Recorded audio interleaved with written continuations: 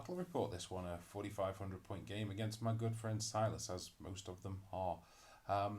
So Silas is running a slightly tweaked Dread Elf list from my last game. I'm running an entirely new Orc and Goblin list, something a bit more movement focused, to see how it does. As always, I'll flash up the lists and you can pause and take a closer look if you like, and I will ask you to hit the like and subscribe buttons.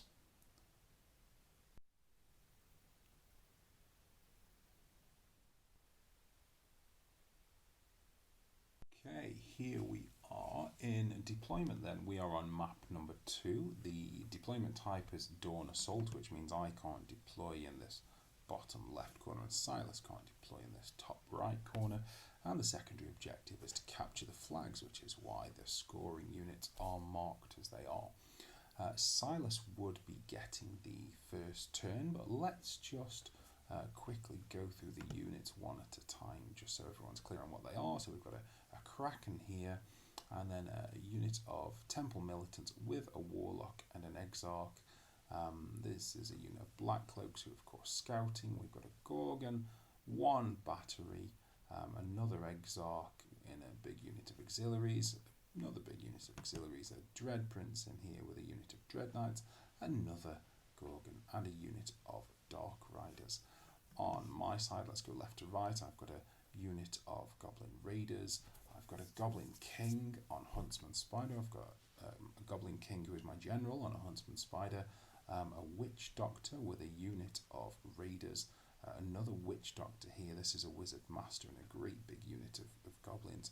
2 Splatterers, a Boar Chariot, a Gargantula, a Great Green Idol, big unit of Iron Orcs, a Boar Chariot, another unit of Goblin Raiders, and a unit of Orc Boar Riders. So that's deployment. We'll quickly flash up some vanguards and then we will get into Silas's movement 1. We are in vanguards then. Silas has brought his Dark Riders, Shadow Riders up here into this space here, and I've backed off down here, not wanting to make it too easy for the Black Cloaks, and then I think I've stayed pretty much where I am here because I don't fancy their chances against Elven Cavalry. So that's the vanguards. Okay, on to Silas's movement 1 then, and you can see it's really just a full advance, a full frontal across the board really. A bit cautious here with the Dread Knights, keeping a good distance with the Iron Orcs, but apart from that it's just a steady advance, bringing all of the shooting pieces into range as well. That's Silas's movement 1. Okay, end of Silas's turn 1 here then. He's had a really good turn 1. He has got Unity of Divergence off on the Goblins, which was very frustrating actually because I saved all of my Dispel dice to stop that. Needed a 16 on 5 dice and didn't get it, so I was quite unhappy about that, but that killed 22 Goblins. He also got Altered Sight off on this auxiliary unit here. The Cloaks over here would kill 4 Raiders, but they would pass their panic check. The auxiliaries would kill 7 Goblins, and these auxiliaries would kill 2 Iron Orcs, and the Shadow Riders over here would kill 2 Raiders who would also pass their panic check. So there you go, that's the end of Silas's turn 1. On to my movement 1 here then. So you can see it's really a move straight up the front of the board as well. I'm trying to bring my Gargantula to bear. I'm hoping that I can get this into one of the auxiliary units and just hold them in combat and then gradually grind them down. Chaffing over here with the Kraken and then leaving the Huntsman Spiders in a position to hopefully get some charges off later. This is a slightly long one. I can't actually remember why this Huntsman Spider is there. I think perhaps, did I declare a charge at the Black Cloaks and miss? I'm not sure. Anyway, there will be a reason for it.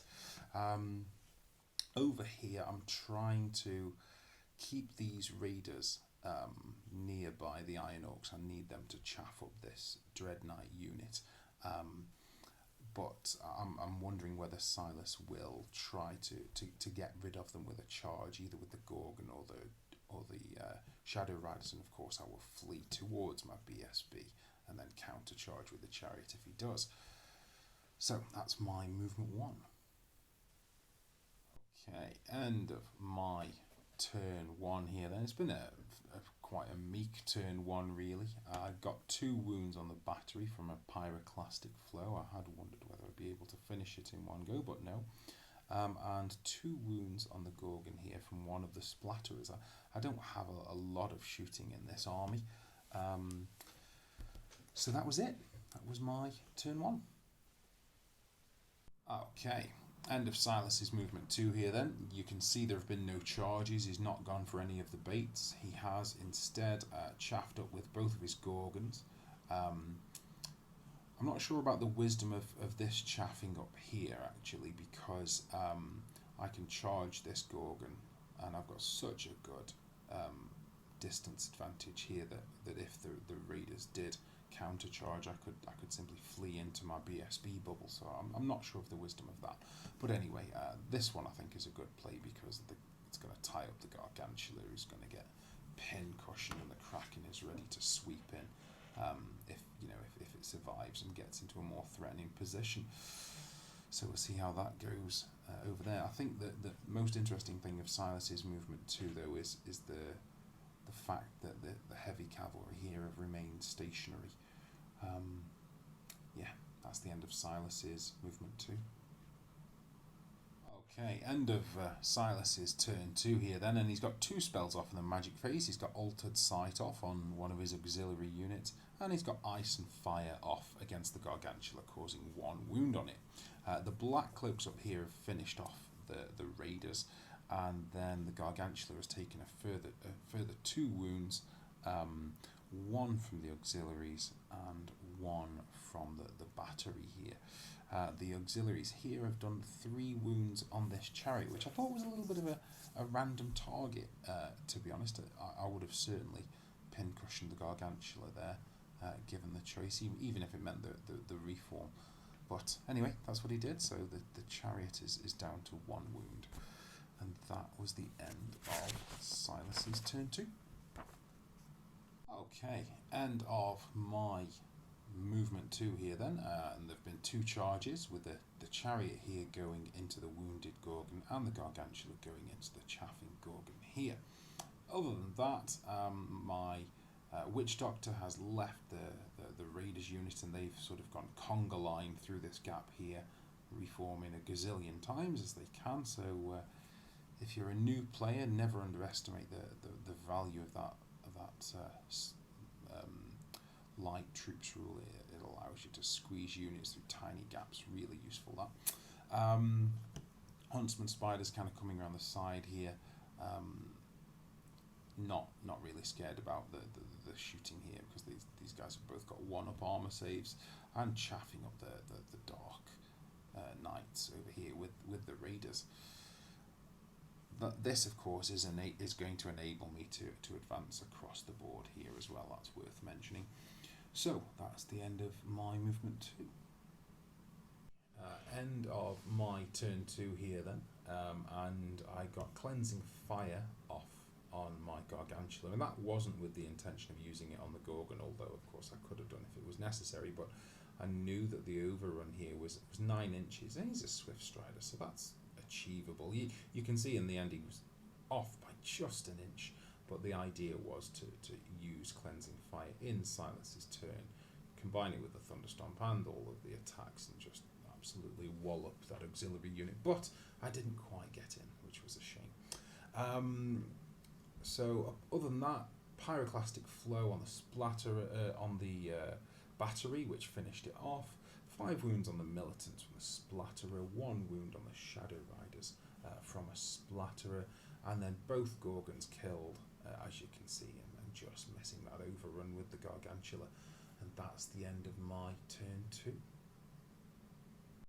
Okay, on to Silas's movement 3 here then, and you can see there's just been the 1 charge with the Temple Militants into the chaffing Raiders here, which has of course got to be done.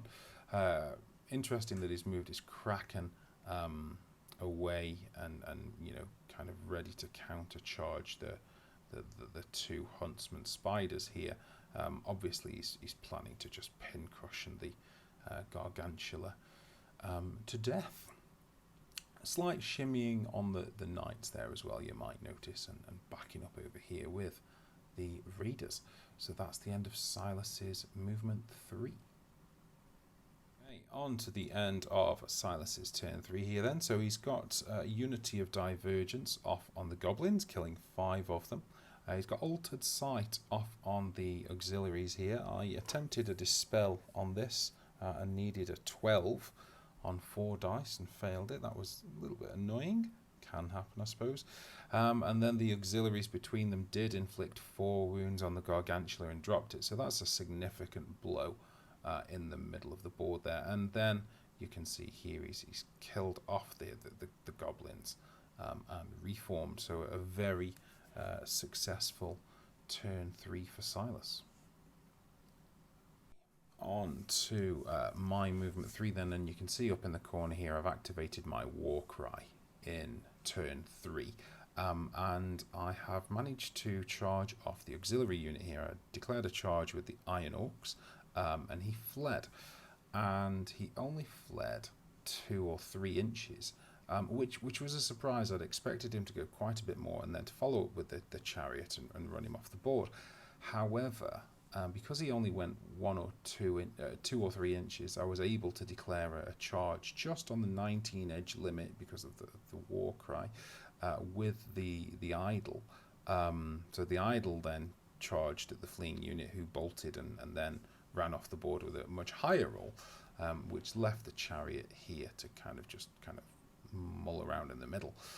The Iron Orcs redirected into the knights here, but failed the charge. The Boar Riders over here also failed a charge against the Dark Riders, but the King here on Huntsman Spider succeeded in his charge against the Black Cloaks. So yeah, an interesting movement turn 3 for me.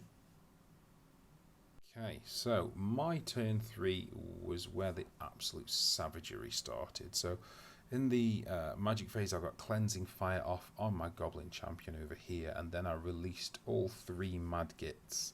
And between the 3 Madgits, that's 6d6 strength 5s and the breath weapon from the champion, I was able to inflict 24 wounds on the militants.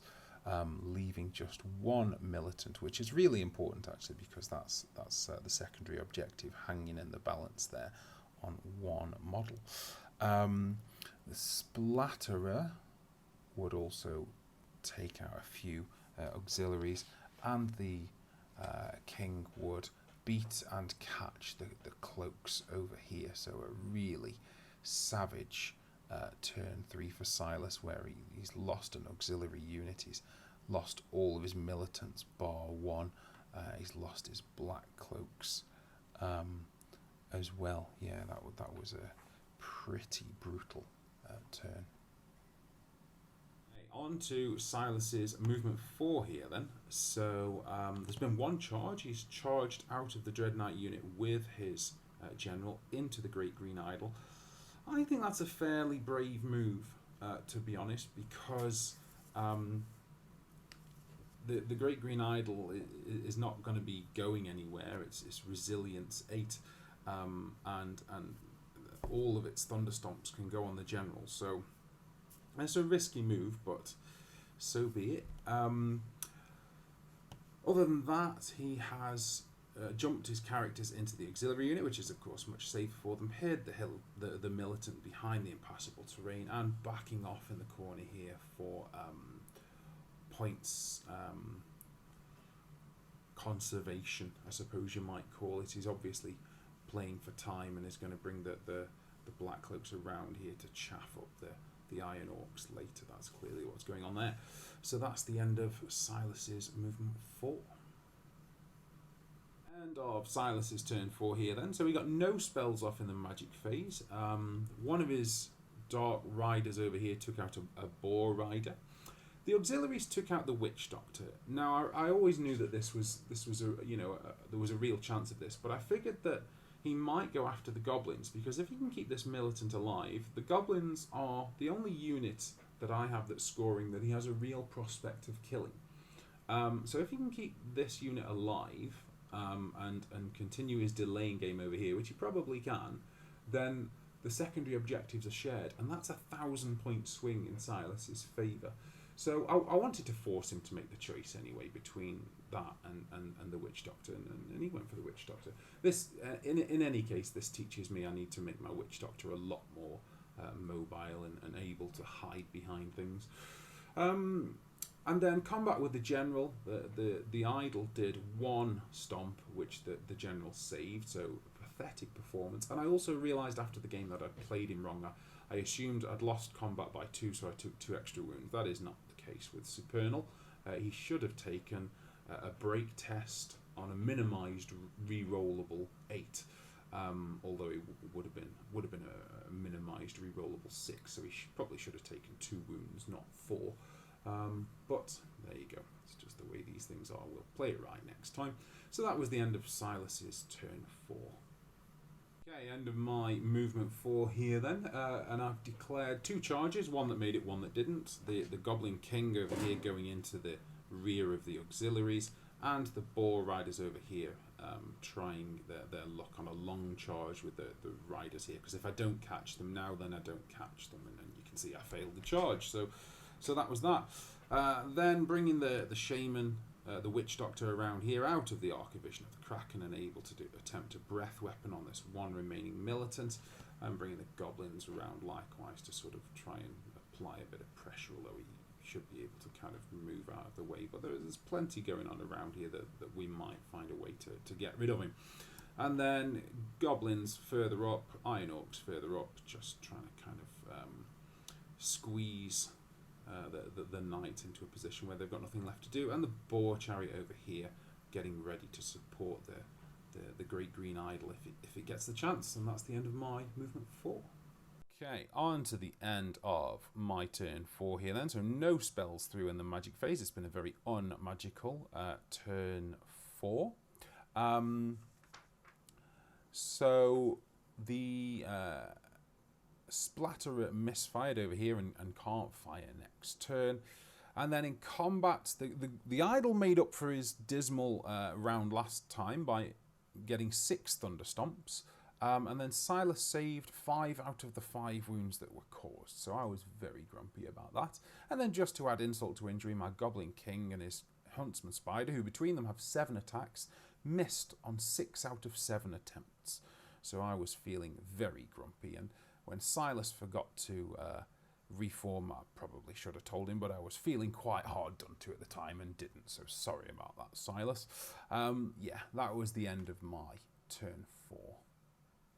To Silas's movement 5 here then, and you can see there have been no charges, but he has brought the Kraken around here to threaten the Goblin unit, although it's a dangerous place to be putting a Kraken with 3 Madgits kind of zipping around. But there you go. He's using distance as his ally here, exposing his rear, but it's a long old charge. This, I'm going to be needing a 9 on 2 dice, I think, to make that. Yeah, that was pretty much it. That's Silas's movement 5. Okay, on to Silas's turn 5 here then. So he's got Perception of Strength off in the magic phase, which he put 5 dice into, and I put 6 into the Dispel attempt, but it got through anyway. And then he also managed to pull off Unity of Divergence over here as well. So that was that. Killing a few goblins, but as long as one survives, I don't really care. So the Idol took 2 wounds, and I've messed up with the Idol yet again. I'm not used to it being in big serious combats. It never happens, to be honest. I've thought that I've confused my Idol's profile with my Gargantula's profile, thinking that it has 8 health points. It doesn't. It has 6, so it should be dead.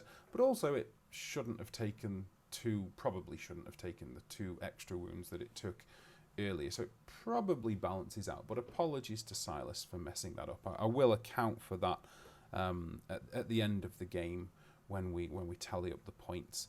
And then the general and the spider over here did 0 wounds. What an absolute tool. 2 rounds of combat, 7 attacks each round. So far he's killed 1 elf. And then Silas has reformed at the end of combat as well. So that's the end of Silas's turn 5. Movement 5 here then, a gazillion charges in this turn. The Iron Orcs failed that long charge on the knights there. The chariot and the other huntsman spider into combat with the militants over here, and the chariot here onto the flank of the general here. It's worth mentioning one of the Mad Gits ran through the Kraken, inflicting 2 wounds on it. Well done him. And a bit of a risky placement here of my Witch Doctor, but going after the militant and worth it to secure the secondary objective. So I'm going to try another breath weapon over here. That's the end of my movement 5. End of my turn 5 here then. So the Witch Doctor got Cleansing Fire on himself and Smite the Unbeliever on the auxiliaries over here as well, and then he breath weaponed off the militant. So that's the secondary objective in my favour now. I've taken out 2 of Silas's scoring units, and he can only take out 1 of mine now. The chariot's impact hits also finished off the general, so thank goodness for that. And then a bunch of wounds on the auxiliaries here, but they would hold. And that's the end of my turn 5. Okay, Silas's movement 6 here then, and 2 important points really. One, that the Kraken charged at the goblins, and I think he expected me to flee and then wanted to redirect into my king. But since I now have the secondary objective, I don't care about the goblins, so I held and passed the terror test, of course, as well. And then chaffing up the Iron Orcs here with the Shadow Riders, so they're not going to be able to get to the Dread Knights there. And that's the end of Silas's movement 6. Okay, end of Silas's turn 6 here then. So the first thing that would happen was that the Kraken would kill and overrun on the goblins, running into the middle of the battlefield here. But then the Goblin Kings and the chariot would break the auxiliaries and pursue them. They would all end up just, between 1 inch and 3 inches away from the Kraken. So probably not a good time to be a Kraken right now. That's the end of Silas's turn 6. My movement 6 here then, so triple charge on the Kraken and the Iron Orcs, at least getting the points for the Shadow Riders. That's my movement 6. Okay, so end of my turn 6 here then. And you can see that the Iron Orcs have taken out the Shadow Riders, and the chariot and the 2 Goblin Kings have finished off the Kraken. And that was the end of the game. Now, as I mentioned, I messed up the idol, completely misunderstanding its rules and possibly denying Silas some points for it. So in the final sort of tally, I have awarded Silas the points for the idol and the bonus points for it being a BSB, and I've taken off myself the points for Silas's general and the 200 bonus points for that as well. So at the end of the game, it's a difference of 1,102 points in my favour, which is a 13-7. And then with the secondary objective, that becomes a 16-4. As you know, I like to reflect on games at the end. So what did I do wrong? Well, as I mentioned, I messed up the idol, and I certainly will know how to play that better next time. I'm not sure about the Witch Doctor. The Witch Doctor, I think, was inevitably going to die. I'm not sure that running him out of the unit was a mistake, in spite of the fact that he just got shot off. But I think not putting him on something more mobile in the army list is a mistake, so that's certainly something to change.